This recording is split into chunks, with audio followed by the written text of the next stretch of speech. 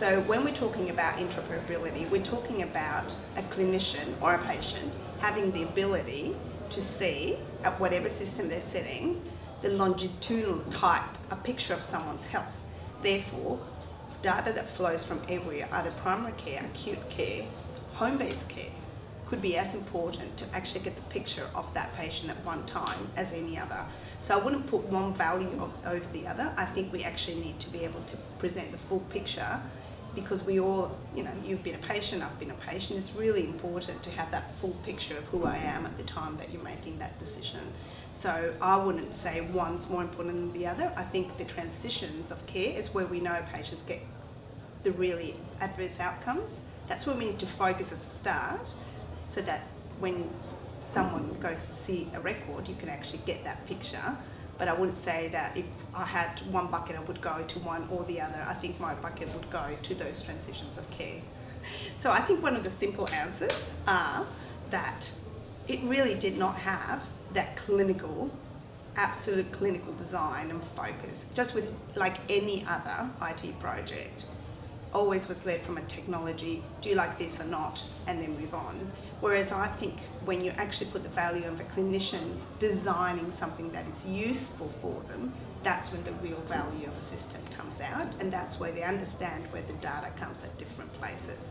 So I think that the My Health Record has been polarising, because it was just an IT product at some stage that was there with no clinical information, really not that useful. However, it has progressed to having bits and bits of more information from different episodes of care, from pathology, now coming diagnostic imaging, having medicines information. I think that's a huge game changer for the medical community. So I think as we see more clinical input, more clinical value coming through, we actually will see a difference in that. When we talk about trust in healthcare, we're talking about a value exchange. So we're talking about me thinking that your value, the information you're giving me, is valuable due to where it's reliable, it comes from a good source, and I actually believe in it. So regardless of whether there's electronic systems or not, or whether there's papers or whether there's a phone call, I actually think that at the end of the day, there's that clinical judgment, and whether it's paper, electronic, we still have to have a processing of analysing, having knowledge from all the different data sources, and then actually making it real for the patient that's in front of you. So I don't think that that's an issue just with electronic systems, My Health Record, EMRs, anything like that. It's just a matter of where the knowledge and information is coming from. I think we've got a great opportunity. We've put the foundation blocks in place. That took long, so we might think we're behind. We're actually not that behind. If you think about it, we do have a My Health Record infrastructure, a national infrastructure, and we're ready to move to the next phase.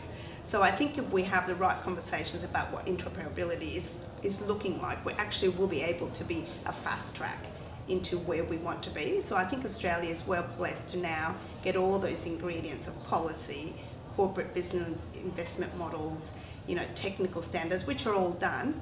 And then the biggest element, which is the cultural change, I think we're ready. And I think if we come all together, we're ready to move to the next step in an accelerated fashion, in comparison to our peers.